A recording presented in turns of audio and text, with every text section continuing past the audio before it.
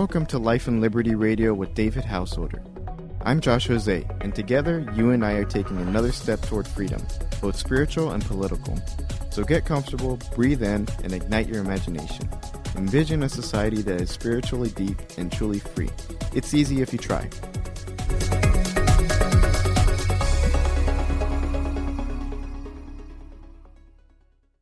The only two things I remember from science class in grade school are circular. Actually, there's three of them. There's the water cycle, where the water evaporates out of the ocean, forms clouds and rains, and goes down the rivers and back in the ocean. That circular thing.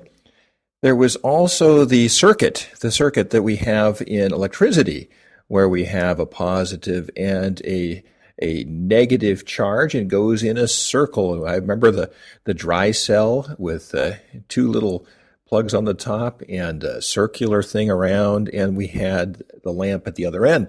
And if you break that circle, it doesn't work. The other circle I remember was a real interesting one, which had to do with carbon dioxide and oxygen.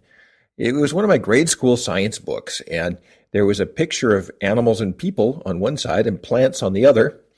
And very simple circular diagram, of course oversimplified, but gets the impression across that plants take carbon dioxide and produce oxygen, and we breathe in oxygen and produce carbon dioxide. So plants and the animal world do that a little bit differently. And animals produce carbon dioxide by what's called slow oxidation, and burning things produces carbon dioxide by fast oxidation. I remember that from like fourth grade. Well, what difference does that make? Well, I'm not just giving you nostalgia from grade school here. Something big is about to happen. It just might be that the amount of carbon dioxide in the atmosphere might, for the very first time in recorded history, top 400 ppm, 400 parts per million, ppm. Parts per million, that has to do with actually how much carbon dioxide is in the air that we breathe. And this is a big deal, say some. There's something called the Keeling curve, Keeling curve, and you can look that up. And it has to do with the amount of carbon dioxide in the atmosphere, and it's increasing and all that stuff. And the fact that it's like a sawtooth, it goes up and down, up and down, up and down every year, because there are a lot more trees in the northern hemisphere than in the southern hemisphere, because the southern hemisphere is mostly ocean. And so the summer in the northern hemisphere, all of the trees are in bloom and they suck up carbon dioxide and they produce oxygen during that time. So it was up and down and up and down. And the 400 parts per million. Well, the climate change alarmists are telling us that this is the point of no return. If we cross 400, we are in for disastrous, sky is falling stuff. And I'm just old enough in my 50s to know that every sky is falling thing is just not true. I've lived through quite a few of them myself by this time, and that's not to say there won't be one at some point. I just don't think so. The world just seems a lot more resilient than we make it out to be. We were all supposed to be dead by overpopulation by now, according to my weekly reader in the 1960s. And also, we were supposed to be out of gasoline and natural gas and coal. And yeah, we were doomed by now, absolutely doomed. Well, we're not, and things are going pretty good. Except for the fact the Vikings still have never won the Super Bowl, but that's a whole other story. 400 parts per million, people are just alarming, crying, well, this is just horrible, crying wolf.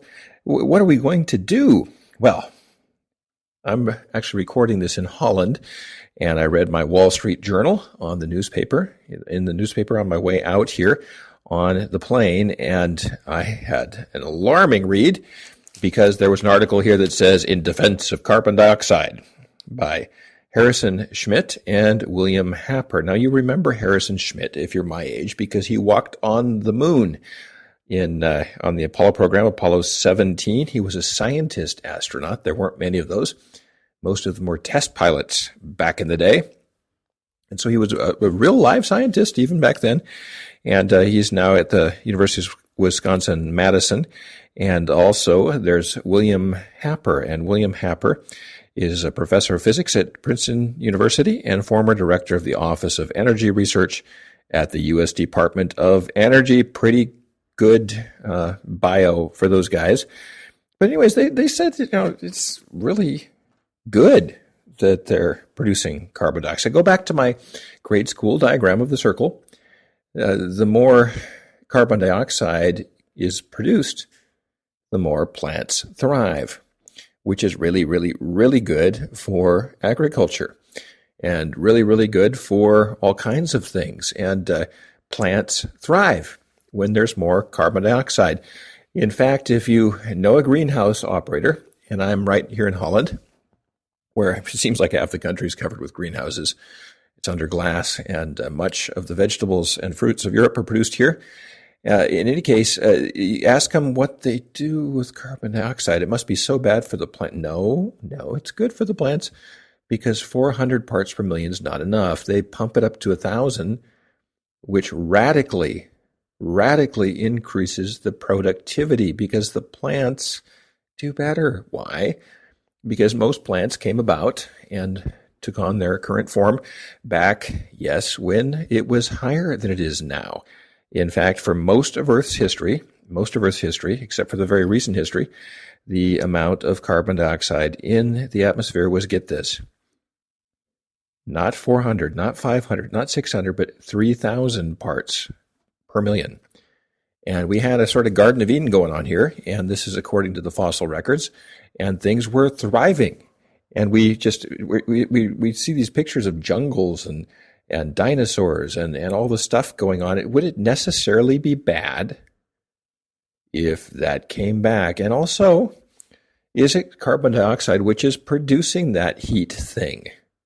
Well, it's definitely helping the plants along, but is it producing the global warming? Well, they claim here in the Wall Street Journal that, and these are two pretty high-end scientists, say there's really no correlation between the two.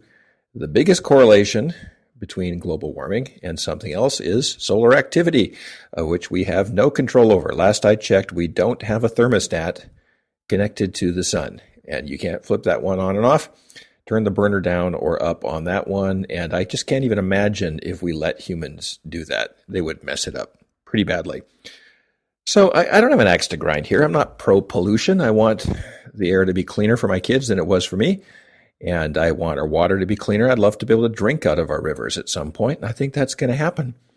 But the truth is, we're never going to get there. We're never going to get there through government regulation and the government scientific complex.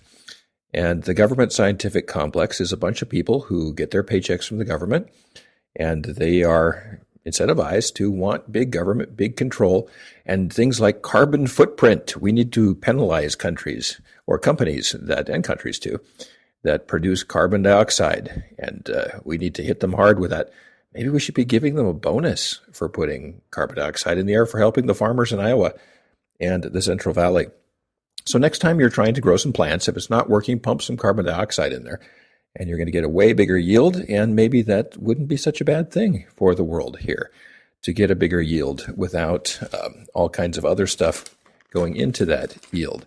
Hey, we wouldn't even have to use as much farmland. Imagine that. So anyways, I don't want to be like the enemy of the people here in the Ibsen play, which says the water's fine, the water's fine, and pretend like it's okay. And I'm not anti-environmentalist at all.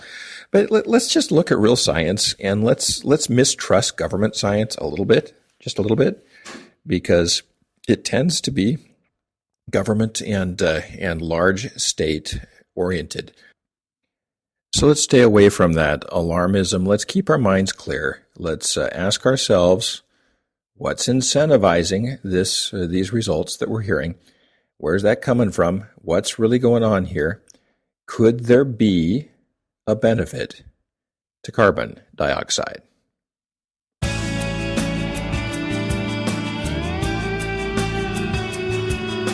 So put some sunshine and water on these fresh ideas and keep taking that next step toward freedom. Join us every weekday for the latest life and liberty ideas. The views expressed on this program are purely those of the presenter, and not necessarily those of the advertisers or organizations or persons with which the presenter has a relationship. please click on the Amazon banner at the top of the Life and Liberty page. And consider doing all your online shopping through this portal. See you tomorrow.